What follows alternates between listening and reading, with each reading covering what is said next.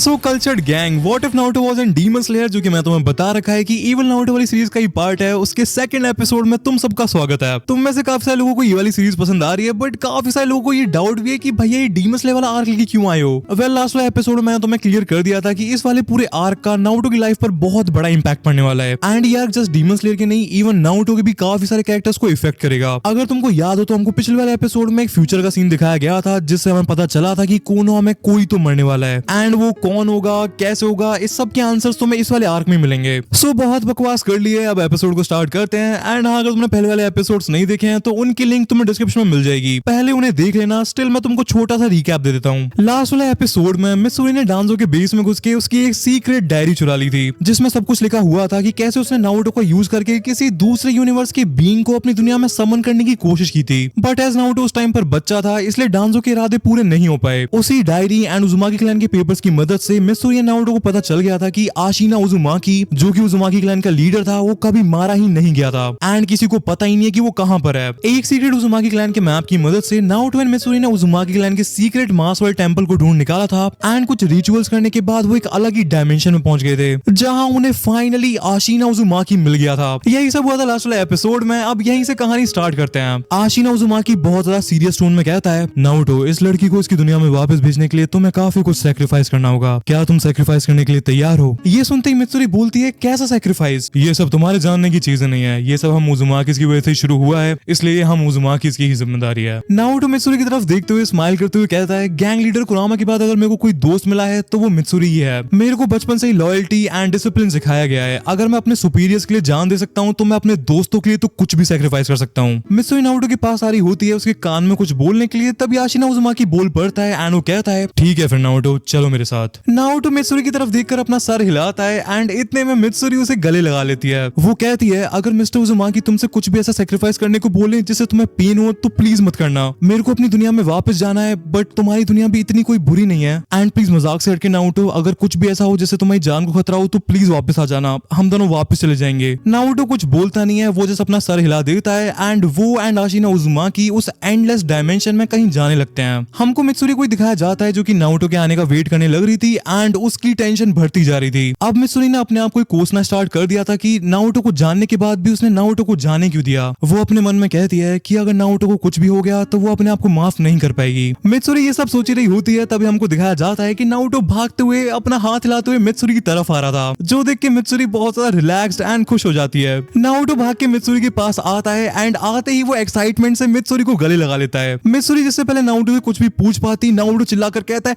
तुम अपने घर वापस जा सकती हो मित्सुरी। मित्सुरी स्टार्टिंग में तो सुनकर काफी ज्यादा खुश हो जाती है, बट अचानक से उसके चेहरे पर से सारी खुशी गायब हो जाती है। क्या हुआ मित्सुरी, तुम खुश नहीं हो? मैं खुश हूँ नारुतो, बट अपनी दुनिया में वापस जाने का मतलब होगा कि मैं तुमसे दोबारा कभी नहीं मिल पाऊंगी। नारुतो हंसते हुए कहता है, अच्छा तो ये दिक्कत है, तो एक काम करते हैं, मैं भी तुम्हारे साथ तुम्हारी दुनिया में चलता हूँ। मित्सुरी सुनकर काफी ज्यादा कंफ्यूज हो जाती है। वो बोलती है, मेरे साथ ऐसा मजाक मत करो नारुतो प्लीज। नारुतो मित्सुरी के शोल्डर पर हाथ रखकर कहता है, मैं सच में सीरियस हूँ मित्सुरी, मैं तुम्हारे साथ तुम्हारे वर्ल्ड में चलना चाहता हूँ, बट तुमने तो कहा था कि मेरी दुनिया में सारे लोग वीक हैं। ऑल्सो तुम कुछ दिन पहले इतनी मेहनत से चूनिन बने हो। मेरे साथ आने से पहले तुम किसी मिशन पर जाने वाले थे, तो अचानक से तुम्हारा मन कैसे बदल गया नारुतो? नारुतो कहता है, इस दुनिया ने मेरे को वैसे भी सिर्फ पेन ही दिया है मित्सुरी, हो सकता है तुम्हारे वर्ल्ड में मेरे को कोई पर्पस मिल जाए। एंड रही बात वीक ओपोनेंट्स की, तो कुछ देर पहले ही गैंग लीडर ने मेरा ऑलमोस्ट सारा चाकरा चूस लिया है। मेरा ये कहने का मन तो नहीं है, बट मैं पहले जितना स्ट्रॉन्ग नहीं रहा हूँ उस पूरे सैक्रिफाइस की वजह से, एंड इसमें तुम्हारी कोई भी गलती नहीं है मित्सुरी। एंड तुमने सही कहा कि मैं बहुत ज्यादा मुश्किल से चूनिन बना था, बट अब मैं इतना पावरफुल नहीं हूँ कि मैं उस टाइटल को जस्टिफाई कर पाऊँ। इसीलिए इस टाइम पे मेरे लिए यही सेंस बनाता है कि मैं अपने दोस्त के साथ उसकी दुनिया में जाऊँ एंड डीमन किंग मुजाम की गुद्दी चटका दूं। वो मुजान है नारुतो, जो भी है, पिटने तो वो वाला है। मित्सुरी नारुतो की तरफ देखते हुए पूछती है कि आशिना उजुमाकी कहाँ है, एंड उन दोनों के जाने के बाद हुआ क्या था। नारुतो कहता है कि वो पूरी कहानी बाद में मित्सुरी को आराम से सुनाएगा, बट अभी उसके पास टाइम नहीं है। इतना बोलकर नारुतो मित्सुरी का हाथ पकड़ता है, एंड उसकी आंखों में देखकर बोलता है, तुम घर वापस जाने के लिए तैयार हो मित्सुरी? मित्सुरी अपना सर हिलाती है, एंड तभी नारुतो के हाथ पर कोई अजीब सी सील आने लग जाती है, एंड दोनों मित्सुरी और नारुतो को बहुत ज्यादा अजीब सा फील होने लग जाता है। हमको मित्सुरी के पर्सपेक्टिव से चीजों को दिखाया जाता है। उसने नारुतो का हाथ पकड़ रखा था, एंड नारुतो के हाथ में से बहुत ही ज्यादा क्रेजी रोशनी निकलने लग रही थी। वो पूरी जगह इतनी ज्यादा ब्राइट हो जाती है कि मित्सुरी अपनी आंखें भी नहीं खोल पा रही थी। एंड फिर अचानक से मित्सुरी को फील होता है वो गिर रही है। मित्सुरी अपनी आंखें खोलती है एंड उसे आसमान दिखाई देता है। वो नोटिस करती है कि वो हवा में है एंड वो बहुत ज्यादा स्पीड से नीचे गिर रही है। ये सब इतना ज्यादा फास्ट हुआ था कि मित्सुरी को कुछ भी रिएक्ट करने का टाइम नहीं मिला था। वो जस्ट अपनी आंखें बंद कर लेती है। हमको दिखाया जाता है कि नारुतो और मित्सुरी दोनों हवा में थे एंड वो गिर रहे थे एंड उनके नीचे पूरा फॉरेस्ट था। नारुतो बीच हवा में मित्सुरी को पकड़ लेता है उसे बचाने के लिए एंड दोनों मित्सुरी और नारुतो पेड़ों की डालियों से होते हुए जमीन पर गिर जाते हैं। मित्सुरी नारुतो की बाहों में थी, इस वजह से उसे कुछ भी चोट नहीं आई थी। बट सबसे ज्यादा शॉकिंग बात यह है कि नारुतो को काफी ज्यादा पेन फील हो रहा था। ये चाक्रा सैक्रिफाइस वाली बात सच में बहुत ज्यादा सीरियस है। एज नारुतो ने लिटरली इताची एंड ओरोचिमारू वाली फाइट में भी इतना पेन एक्सपीरियंस नहीं किया था। ये छोड़ो 10 के 10 गैनिन्स को हराने के बाद भी नारुतो को इतना डैमेज नहीं हुआ था जितना उसे कुछ ऊंचाई से गिरने पर हो गया है। मतलब ऊंचाई काफी ज्यादा थी बट वो नारुतो है। हमने देखा है वो हमारी स्टोरी में कितना ज्यादा ओवर पावर्ड है स्टार्टिंग से ही। या तो अपना चाक्रा सैक्रिफाइस करने के बाद नारुतो काफी ज्यादा वीक हो गया है या फिर मित्सुरी का वजन जितना लगता है उससे काफी ज्यादा है, जिसकी वजह से नारुतो को इतना ज्यादा डैमेज हो गया। एनीवेज नारुतो मित्सुरी को छोड़ता है एंड वो ऊपर देखने लग रहा था एंड उसे काफी सारी ईगल्स दिखाई देती हैं। तभी नारुतो नोटिस करता है कि उसे सांस लेने में काफी ज्यादा दिक्कत हो रही थी। एज डीमन स्लेयर की दुनिया में नेचर चाक्रा जैसी कोई भी चीज एग्जिस्ट नहीं करती है, इसलिए नारुतो को हवा बहुत ज्यादा थिन फील हो रही थी एंड उसकी सांस चढ़ने लग रही थी। दूसरी तरफ हमको मित्सुरी को दिखाया जाता है जो कि अपना सर नीचे करके अपने घुटनों पर बैठी हुई थी एंड वो अपने हाथों में मिट्टी को पकड़कर उसे फील कर रही थी। हमको मित्सुरी का क्लोजअप शॉट दिखाया जाता है एंड उसकी आंखों में ऑब्वियसली आंसू थे। नारुतो जैसे तैसे करके अपने आप को संभालता है एंड नोटिस करता है कि ये वाला फॉरेस्ट उन सारे जंगलों से बहुत ज्यादा अलग था जो कि उसने आज तक अपनी जिंदगी में देखे हैं। एज कोनो के अराउंड वाले फॉरेस्ट से बड़ी पॉजिटिव वाइब्स आती हैं बट ये वाला फॉरेस्ट बिल्कुल अलग था। नारुतो को यहाँ से बहुत ज्यादा नेगेटिव वाइब्स आ रही थी। ऑल्सो उसे हल्की हल्की ब्लड की भी स्मेल आ रही थी। नारुतो सबको साइड करके मित्सुरी की तरफ देखता है एंड कहता है मित्सुरी तुम ठीक हो? मित्सुरी फाइनली अपना सर ऊपर करती है एंड उसे ना जाने कितने टाइम बाद विस्टेरिया फ्लावर की खुशबू सूंघने को मिली थी। वो अपने वर्ड्स को ढंग से बोल नहीं पा रही होती है, उसका बहुत कुछ बोलने का मन कर रहा था बट वो बस नारुतो कुन बोल पाती है। नारुतो लंगड़ाते हुए मित्सुरी की तरफ आता है उसकी कंडीशन चेक करने के लिए। तुम्हें चोट वगैरह तो नहीं लगी है ना मित्सुरी? आज मैंने सोचा नहीं था कि हम इतनी ज्यादा क्रेजी लैंडिंग करेंगे। नारुतो कुछ बड़बड़ कर ही जा रहा था बट मित्सुरी जस्ट उठती है एंड नारुतो को गले लगा के जस्ट रोने लगती है। नारुतो भी बोलना बंद कर देता है एंड मित्सुरी रोते हुए बोलती है मैं फाइनली घर आ गई हूँ, मैं फील कर सकती हूँ माउंटेन्स, फ्लावर्स, मेरे को घर की खुशबू आ रही है। मित्सुरी थोड़ा शांत होती है तभी उसे अचानक से एक रियलाइजेशन हिट करती है। तुम सच में मजाक नहीं कर रहे थे? तुम्हें अपने घर की याद नहीं आएगी नारुतो? मेरा ऑलमोस्ट पूरा बचपन रूट में ही निकला है एंड बाकी बचे हुए टाइम मेरे दिमाग पर जिराया सेंसे की सील थी। मैंने कभी भी उस कमरे को अपना घर माना ही नहीं, सो आई डोंट थिंक सो कि मेरे को किसी की भी याद आने वाली है। मित्सुरी नारुतो की तरफ देखकर कहती है ये सब ठीक है नारुतो बट मेरा वर्ल्ड तुम्हारी दुनिया से बहुत अलग है। मैं मजाक नहीं कर रही हूँ, यहाँ पर सच में डीमंस एग्जिस्ट करते हैं। नारुतो हंसते हुए कहता है करते होंगे बट तुमको शायद पता नहीं है मैंने ओरोचिमारू एंड इताची उचिया से भी फाइट कर रखी है and I am pretty sure कि उनके सामने तुम्हारे ये डीमंस कुछ भी नहीं है। मैं आज भी इताची के बारे में सोचता हूँ तो मेरी रूह कांप जाती है। मेरे को खुद नहीं पता कि मैं उस दिन कैसे जिंदा बच गया बट अब एटलीस्ट इताची मेरा कुछ नहीं कर सकता है, इसलिए तुम चिंता मत करो, मैं कुछ डीमंस को तो संभाल।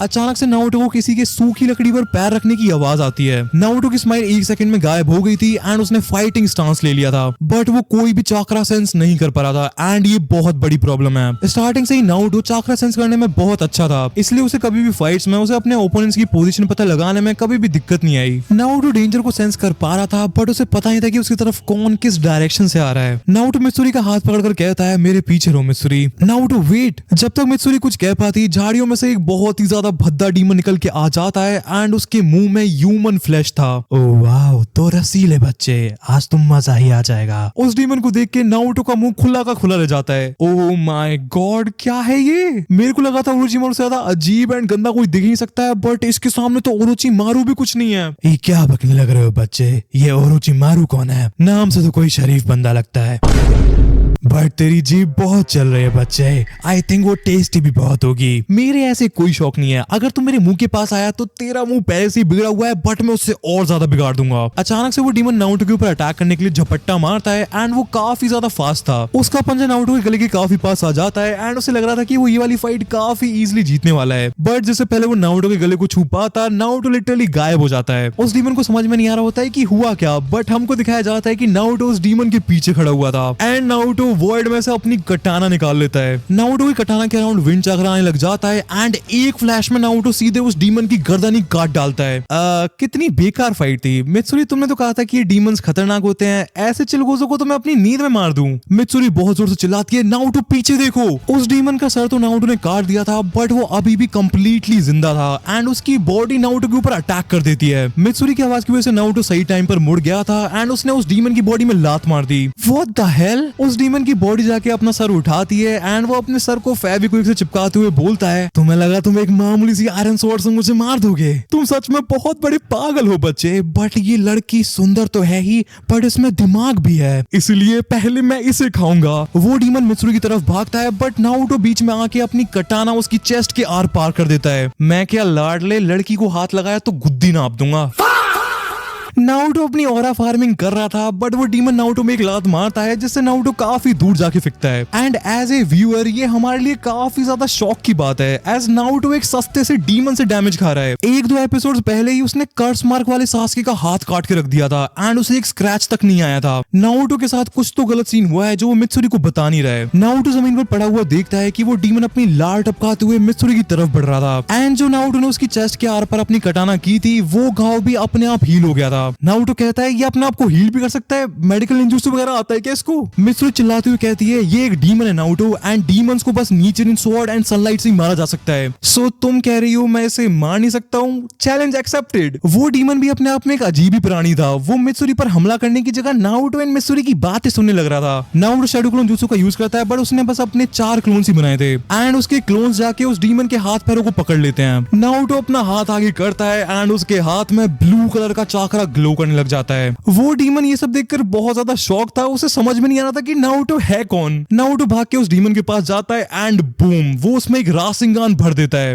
वो डीमन बहुत दूर जाके गिरता है एंड उसकी बॉडी का बीच वाला हिस्सा कंप्लीटली गायब हो चुका था। नारुतो मित्सुरी की तरफ देखकर कहता है कैसा लगा मित्सुरी? मेरे को हल्के में ले रहा था ये सस्ता डीमन। तुम्हें डीमन ही देखना था ना तो तुम्हें मेरे को बताना चाहिए था। मैं सच में काफी ज्यादा पावरफुल डीमन को जानता हूँ। उसने ऑलमोस्ट ककाशी सेंसे की भी गुद्दी छटका के रख दी थी। नारुतो फिर से अपनी डायलॉग बाजी में लग गया था बट इतने में वो डीमन पीछे से आके नारुतो के सर पर अटैक करता है। नारुतो सही टाइम पर अपना सर झुका लेता है बट फिर से उस डीमन से लात खाने की वजह से नारुतो काफी दूर जाके गिरता है। उस डीमन की आंखें चमकने लग गई थी एंड वो काफी ज्यादा गुस्से में कहता है तुम कौन लड़के एंड तुम ब्लड डीमन आर्ट कैसे जानते हो? बट तुम जो भी हो तुमने मेरे को गुस्सा जरूर दिला दिया है। नारुतो एंड उस डीमन के बीच में क्लोज कॉम्बैट फाइट स्टार्ट होती है एंड उस डीमन की स्पीड बहुत ज्यादा बढ़ गई थी एंड एक मोमेंट आता है जब उस डीमन का पंजा नारुतो के मुंह पर लगने वाला ही था एंड तभी मित्सुरी लव ब्रीदिंग का यूज करके उस डीमन का हाथ ही काट डालती है जिसकी वजह से वो दर्द के मारे चिल्लाने लगता है। हमको दिखाया जाता है कि मित्सुरी के पास उसकी कटाना तो नहीं थी बट उसके पास एक कुनाई था जो कि उसी के नीचे इन ब्लेड से बना हुआ था। मित्सुरी कहती है नारुतो तुम बहुत ज्यादा एक्साइटेड थे इस फाइट के लिए इसलिए मैंने बीच में इंटरफेयर नहीं किया बट अब इस डीमन ने हद पार कर दी है। तेरी हिम्मत कैसे हुई नारुतो को हाथ लगाने की भरोसे वाले?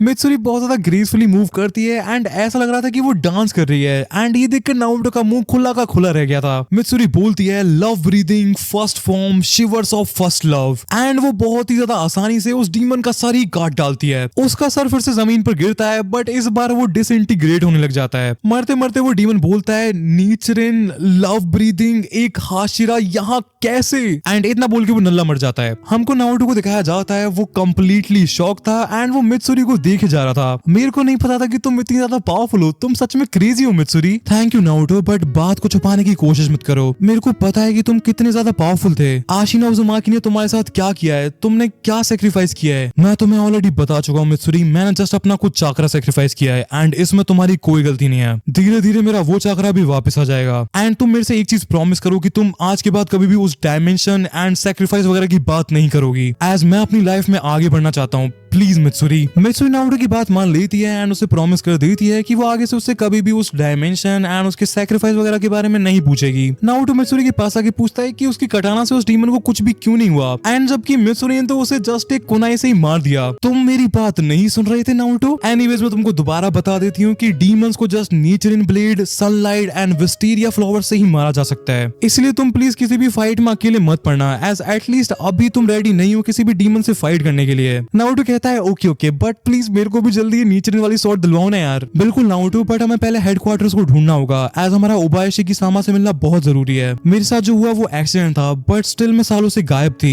हो सकता है ओबायाशी किसामा एंड बाकी हाशिरास मेरे पर गुस्सा हो। नारुतो मित्सुरी के शोल्डर पर हाथ रखकर कहता है तुम्हें टेंशन लेने की जरूरत नहीं है मित्सुरी, जब तक मैं तुम्हारे साथ हूँ। इन हाशिरास को मारने के लिए नीचरिन ब्लेड की जरूरत तो नहीं पड़ती है ना। मित्सुरी हंसते हुए कहती है तुम्हें ये सब करने की जरूरत नहीं पड़ेगी नारुतो, वो मेरे दोस्त हैं। नारुतो कहता है वो मैं देख लूंगा, बट तुम्हें नहीं लगता कि हमें हमारी टीम का कुछ नाम रख लेना चाहिए, कुछ ऐसा नाम जिसे सुन के डीमंस कांपने लग जाएं। आइडिया अच्छा है नारुतो, टीम रामेन कैसा रहेगा? नारुतो कोई नाम पसंद तो नहीं आया था बट मित्सुरी को हंसते हुए देखकर वो उसे मना नहीं कर पाता है एंड ऐसे फॉर्म हो जाती है हमारी टीम रामेन। नारुतो और मित्सुरी फॉरेस्ट में आगे चलने लगते हैं एंड उनका गोल था ओबायाशी की मेंशन पहुंचना। तभी मित्सुरी के दिमाग में कुछ आता है एंड वो कहती है एंड हाँ नारुतो, टीम रामेन से मेरे को याद आया यहाँ की असली जापानीज रामेन इचिराकु रामेन से डेफिनेटली बेटर है। नारुतो चलना बंद कर देता है एंड कहता है ये बहुत बड़ा क्लेम है मित्सुरी, अगर तुम्हारी बात गलत निकली तो तुम्हें पनिशमेंट जरूर मिलेगी। आई प्रॉमिस मैं तुमको 10 बाउल रामेन खिलाने वाली हूँ जैसे ही हम विलेज पहुंचते हैं, तुम्हारा ओपिनियन डेफिनेटली चेंज हो जाएगा। ओके डील, बट तुम्हें हेडक्वार्टर्स का रास्ता याद तो है ना? आई मीन काफी साल हो गए हैं। हमको दिखाया जाता है कि मित्सुरी एंड नारुतो पूरी रात फॉरेस्ट में बातचीत करते हुए आगे बढ़ते हैं एंड ऑलमोस्ट जब सुबह हो गई थी हमको पेड़ पर बैठा हुआ एक क्रो दिखाया जाता है जिसके गले में एक पर्पल कलर का स्कार्फ था। वो मित्सुरी एंड नारुतो को दूर से देखता है एंड उड़कर जाके ओबायाशी की मेंशन में अनाउंसमेंट कर देता है लव हाशिरा वापस आ चुकी है एंड उसके साथ कोई मनुष्य भी है। सो भाई लोग आज के एपिसोड में इतना ही था बट मेरे को तुमसे कुछ इंपॉर्टेंट बात करनी है। फर्स्ट ऑफ ऑल तुम में से काफी सारे लोग पूछ रहे थे कि भैया संडे टू संडे एपिसोड क्यों आ रहे हैं, जल्दी लाया करो एंड ऑल। ब्रो मैं खुद चाहता हूँ कि मैं एपिसोड जल्दी जल्दी निकालूं बट मैं उसके लिए स्टोरी को कॉम्प्रोमाइज नहीं करना चाहता हूँ। ये स्टोरी मैं बहुत ज्यादा दिल से लिख रहा हूँ इसलिए मेरे को नहीं चाहिए कि मैं जल्दी जल्दी में कुछ भी खराब कर दूं। सेकेंडली मैं तुमसे ये रिक्वेस्ट करना चाहता हूँ कि बीच में अगर मैं कोई नारुतो से हटके भी वीडियोस निकालता हूँ एंड अगर तुमने वो एनिमे देख रखा है तो प्लीज वो वीडियोस भी देख लिया करो। तुमने नोटिस किया होगा कि मैं किसी भी और वीडियोस में किसी से भी सपोर्ट करने या फिर कोई और वीडियोस देखने के लिए नहीं कहता हूं एंड ऐसी बातें जस्ट मैं अपनी नारुतो वाली वीडियोस में कहता हूं। एज मेरे को पता है कि मेरी कोर ऑडियंस ने मेरे को नारुतो से फाइंड करा है एंड बहुत सारे लोग तो अब मेरे को 1-1.5 साल से देख रहे हैं। मैं चाहता था अपनी किसी भी कंट्रोवर्सी वाली वीडियो में लोगों से इंस्टा पर फॉलो करने के लिए कह देता एंड वो लोग कर भी लेते बट मैंने वो पार्ट 10 में ही इसलिए कहा क्योंकि मेरे को लगता है कि अगर मैं किन्हीं लोगों से कुछ करने के लिए कह सकता हूँ या फिर कुछ मांग सकता हूँ तो वो नारुतो वाली ही ऑडियंस है एंड मैं बाकी एनिमेस पर भी वीडियोस इसलिए बनाना चाहता हूँ क्योंकि मैं बाकी एनिमेस भी देखता हूँ। मैं नारुतो पर कंटेंट बनाना इसलिए चालू किया था क्योंकि तुम काइंड ऑफ कह सकते हो कि नारुतो एनिमे ने मेरी जान बचाई थी। मैं मजाक नहीं कर रहा हूँ, सीरियसली किसी स्टोरी टाइम वीडियो में मैं तुम्हें पूरी कहानी बताऊंगा बट मेरे कहने का मतलब यह है कि मैं लुकिज्म पर वीडियोस इसलिए बना रहा हूँ क्योंकि मैं खुद लुकिज्म देख रहा हूँ एंड उसे एंजॉय कर रहा हूँ। मैं जेजेके पर वीडियोस इसलिए बनाने वाला हूँ क्योंकि मेरे को जेजेके काफी पसंद है। आई नो कि तुम में से काफी लोगों ने लुकिज्म नहीं देखा है but I am pretty sure कि तुमने जेजेके तो जरूर देखा होगा। सो ओवरऑल मेरा यही कहना है कि अगर मैं नारुतो के अलावा भी कोई और वीडियोस डालता हूँ एंड अगर तुमने वो एनिमे देख रखा है तो प्लीज वो वीडियोस भी देख लिया करो यार। मैं तो मैं अपनी तरफ से ये प्रॉमिस कर सकता हूँ कि मैं हर वीडियो में अपना बेस्ट देने की कोशिश कर रहा हूँ। बेफालतू का इमोशनल हो गया यार मैं। एनीवेज नेक्स्ट वाले एपिसोड सच में क्रेजी है। मैं टाइम ले रहा हूँ स्टोरी लिखने के लिए तो मैं कुक भी करूंगा, डेफिनेटली काफी ज्यादा मजा आने वाला है। एनीवेज कल्चर गैंग, मैं मिलूंगा तुमसे नेक्स्ट वाली वीडियो में। Love you all, peace out.